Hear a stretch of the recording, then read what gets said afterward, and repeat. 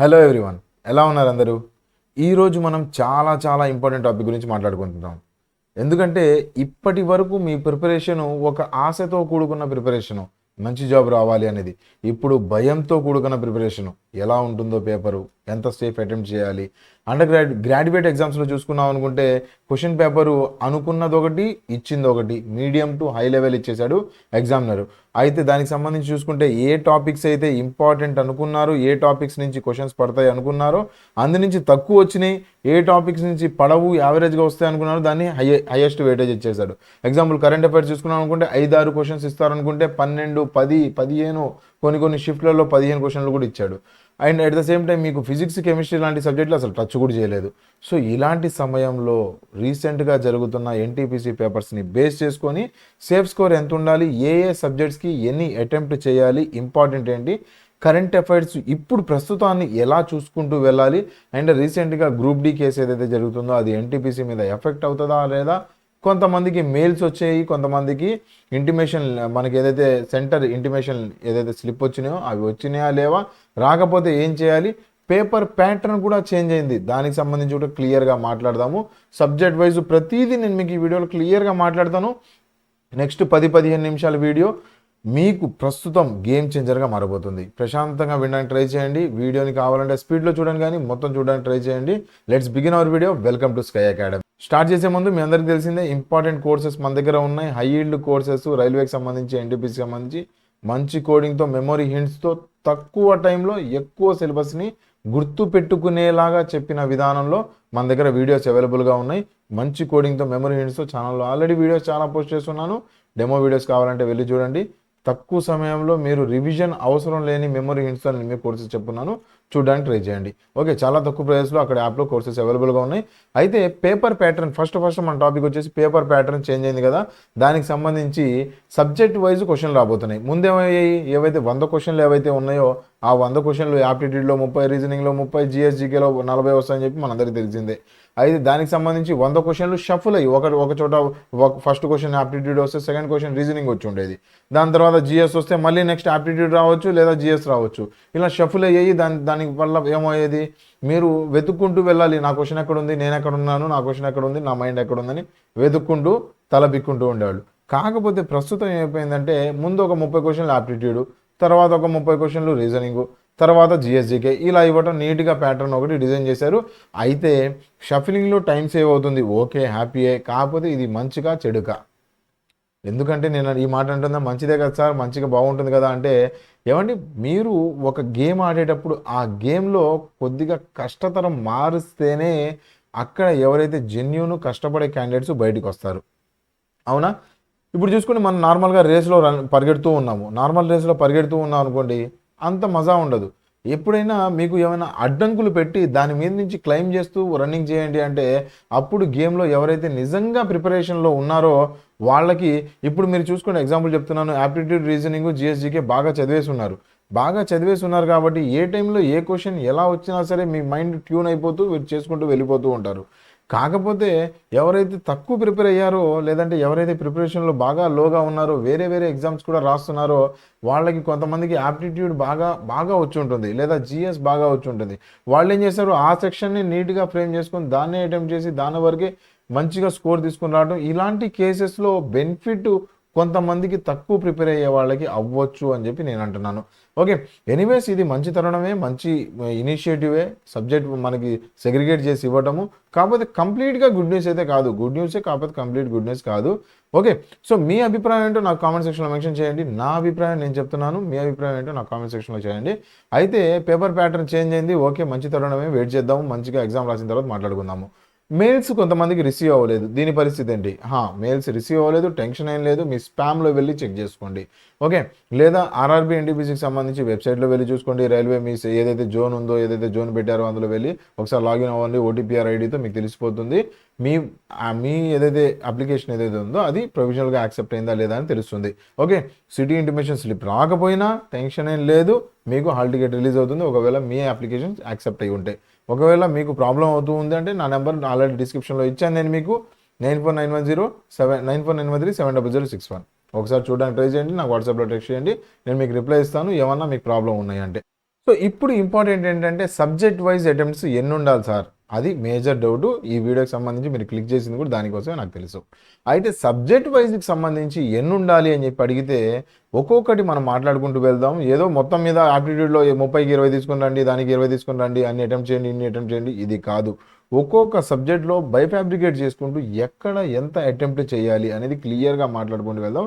First current affairs గురించి మొదలు పెడదాం. కరెంట్ అఫైర్స్కి సంబంధించి మనకి చూసుకుంటే 6-7 మార్కులకి మనం చూసుకుంటే కరెంట్ అఫైర్స్ సపరేట్ సెక్షన్ లేదు కదా సార్ అని చెప్పి అనుకుంటే ఆప్టిట్యూడ్, రీజన్, జిఎస్జికే ఇంతవరకే కదా సార్ మనకు ఉంది అంటే ఇప్పుడు ప్రస్తుతం మనం కరెంట్ అఫైర్స్ కూడా సపరేట్గా డీల్ చేయాలి. అంత వెయిటేజ్ వచ్చేసింది దానికి కూడా.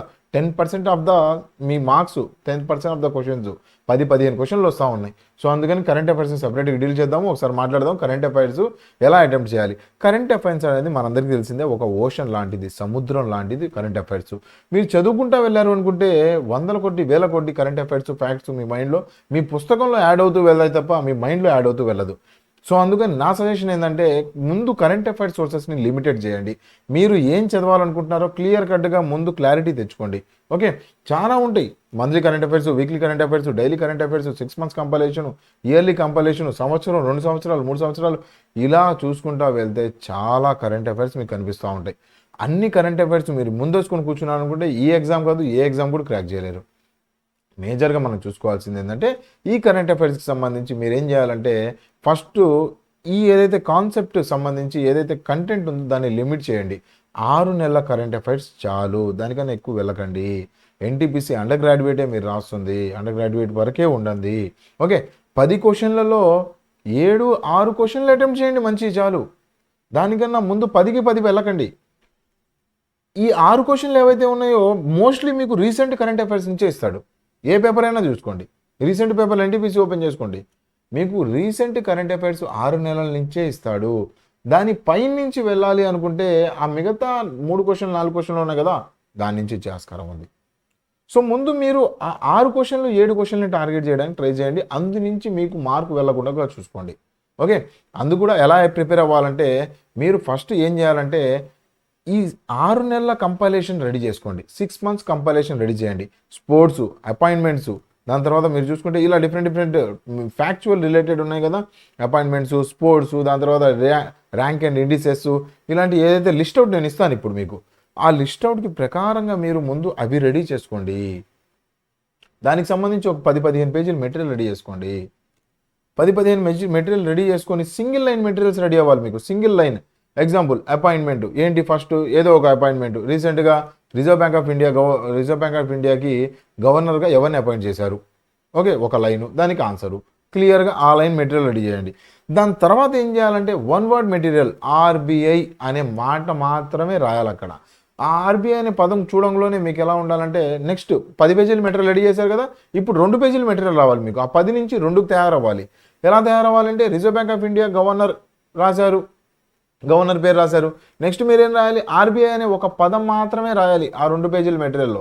ఆ ఆర్బీఐ అనే పదం రాంగ్లోనే Reserve Bank of India governor ఎవరు అపాయింట్ అయింది ఫలానా XYZ, ఆ పేరు కూడా మీ మైండ్లో స్ట్రైక్ అయిపోవాలి. ఆ రకంగా రీడ్ రివైజ్ ఇలానే ఉండాలి.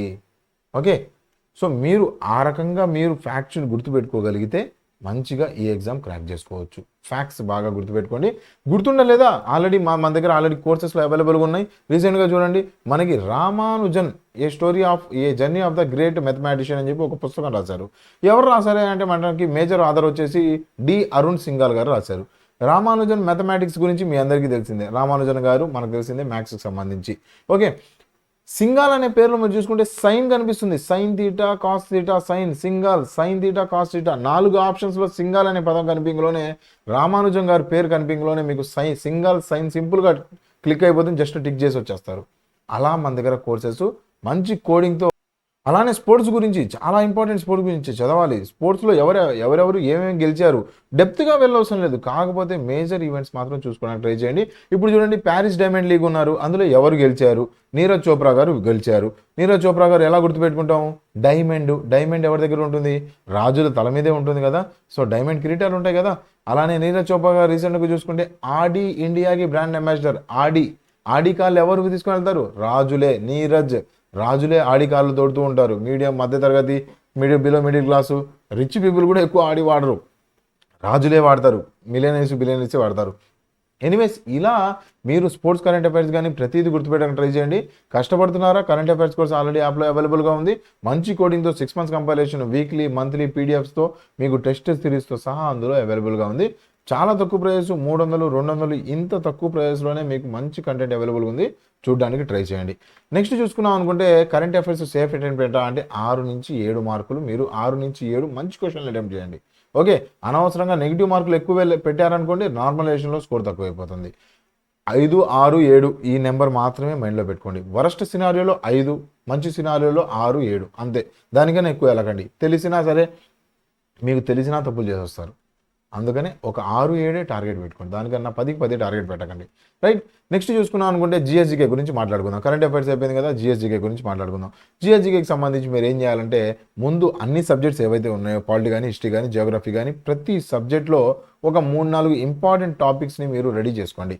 ఆ టాపిక్స్ని రెడీ చేసుకొని వాటిని రీడ్ రివైజ్.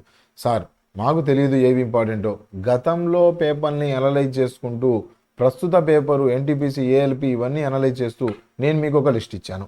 ఈ లిస్టు ప్రతి సబ్జెక్ట్లో నేను మీకు క్లియర్గా ఏవి ఇంపార్టెంట్, ఏవి అన్ఇంపార్టెంట్ స్క్రీన్ షాట్ తీసుకోండి. నేను మీకు క్లియర్గా ఇవి ఇంపార్టెంట్ చదవడానికి ట్రై చేయండి. ప్రతి టాపిక్ ఇక్కడ కనిపిస్తుంది. Geography, solar system, national parks, biosphere reserve, tiger reserve, pollution, ప్రతిదీ బయోస్పియర్ రిజర్వ్స్ గుర్తుండవు. 18 బయోస్పియర్ రిజర్వ్స్ నేమ్స్ గుర్తుండవు. అవి ఎక్కడ ఉన్నాయో గుర్తుండవు. నేను మీకు క్లియర్గా మంచి ట్రిక్తో చెప్పాను. ఓకే, మధ్యప్రదేశ్ బయోస్పియర్ రిజర్వ్, పన్నా బయోస్పియర్ రిజర్వ్ ఎక్కడ ఉంటుందంటే మధ్యప్రదేశ్, పన్నా మధ్యప్రదేశ్. పాన్ తింటారా మధ్యాహ్నం భోజనం అయిపోయిన తర్వాత?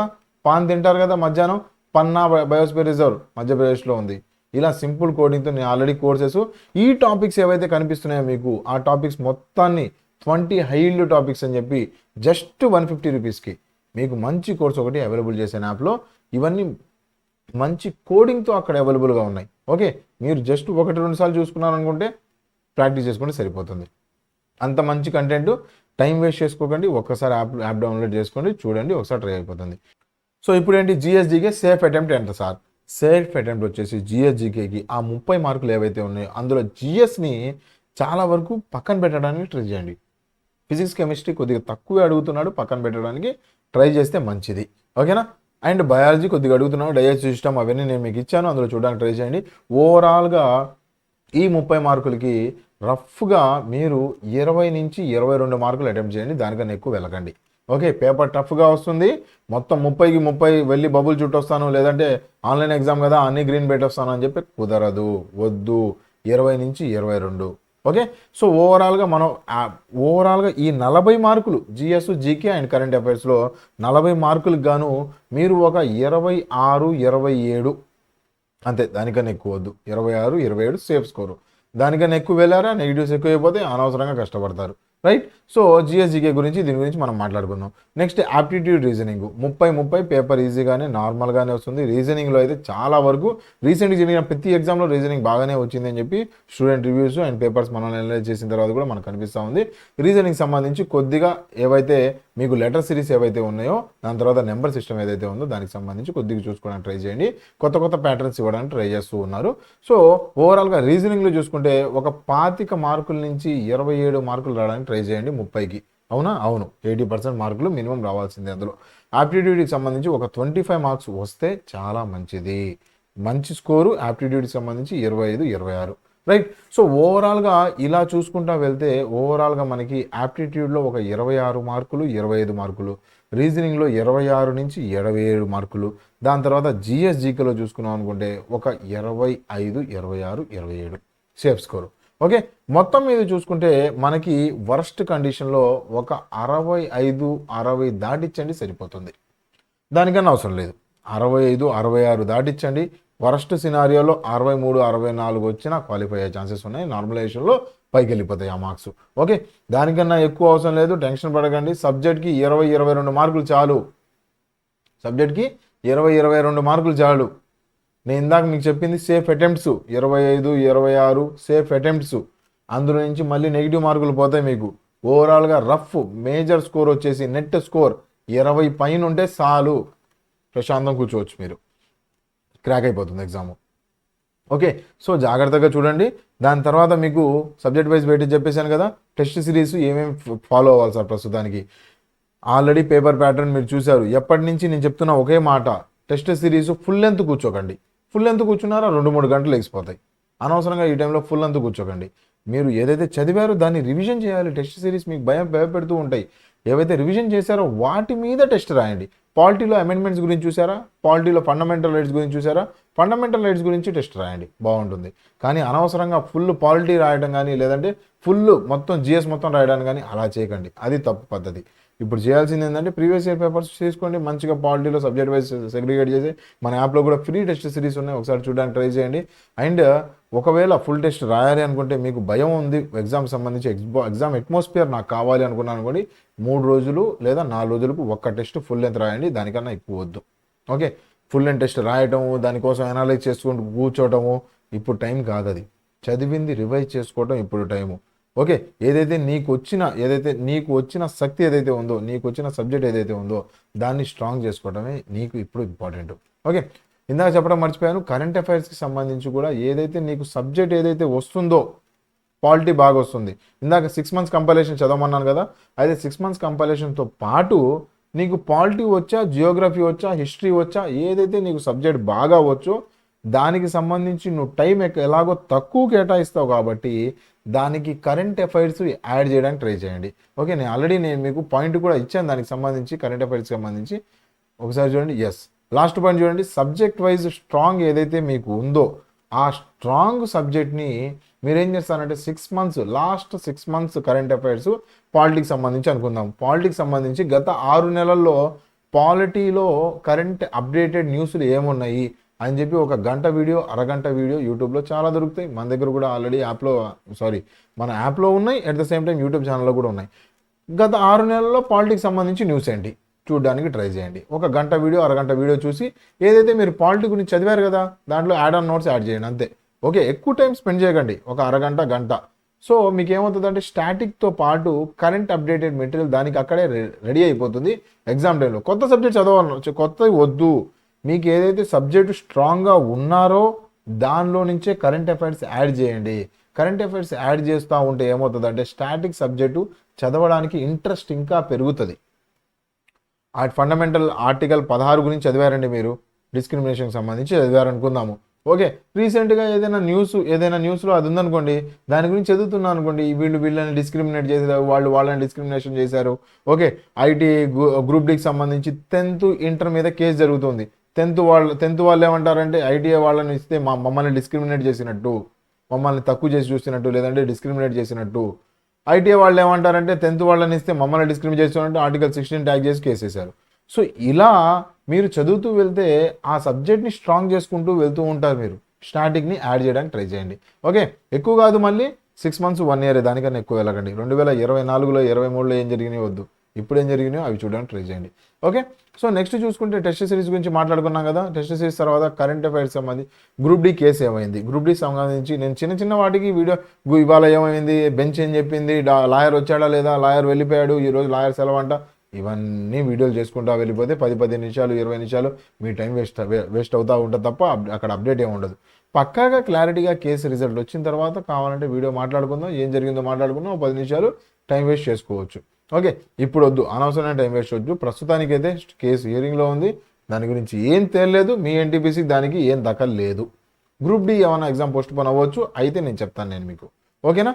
సో నెక్స్ట్ వచ్చేసి అంతే, మనకు సంబంధించి ఈ వీడియోకి సంబంధించి ప్రతి పాయింట్ నేను మీకు ఏం చెప్పాలనుకున్నా ప్రతిదీ కవర్ చేసి ఇచ్చాను. ప్రతి వీడియోకి సంబంధించి మన దగ్గర ఏదైతే కంటెంట్ చెప్తామో దానికి సంబంధించి పీడిఎఫ్ నేను టెలిగ్రామ్ షోలో చేస్తాను. చిన్న అప్డేట్స్ ఏవైతే ఉన్నాయో దానికి సంబంధించి వీడియో చేస్తే మీ టైం వేస్ట్ అవుతుంది, నా టైం వేస్ట్ అవుతుంది. అలాంటి వాటికి నేను మీకు టెలిగ్రామ్లో స్పాట్లో అప్డేట్ ఇస్తూ ఉంటాను, స్క్రీన్ షాట్స్ అవి షేర్ చేస్తూ ఉంటాను. ఒకసారి టెలిగ్రామ్లో చూడడానికి ట్రై చేయండి. అండ్ క్వశ్చన్స్ కూడా అక్కడ మంచి పోస్ట్ చేస్తూ ఉంటాం. స్కై అకాడమీ తెలుగు అని సెర్చ్ చేయండి, లేదా కింద డిస్క్రిప్షన్లో లింక్ ఇచ్చాను, ఒకసారి చూడడానికి ట్రై చేయండి. That's it for today friend. మీకు నెక్స్ట్ ఏ టాపిక్ మీద వీడియో కావాలనుకుంటున్నారు అనేది ఒకసారి నా కామెంట్ సెక్షన్లో మెన్షన్ చేసి చూడండి. నేను మీకు ప్రతి కామెంట్కి నేనే చదువుతాను, రిప్లై ఇస్తూ ఉంటాను. Thank you for watching. Video నచ్చింది అంటే సబ్స్క్రైబ్ చేయండి. సబ్స్క్రైబ్ చేయట్లేదు, లైక్ కూడా చేయట్లేదు. మంచి కంటెంట్ మీకు కావాలి అనుకుంటే మీరు లైక్ చేస్తూ సపోర్ట్ చేస్తూ ఉంటే నాకు చేయడానికి ఇంకా ఇన్స్పిరేషన్ ఉంటుంది. Thank you for watching. Have a nice day. Bye.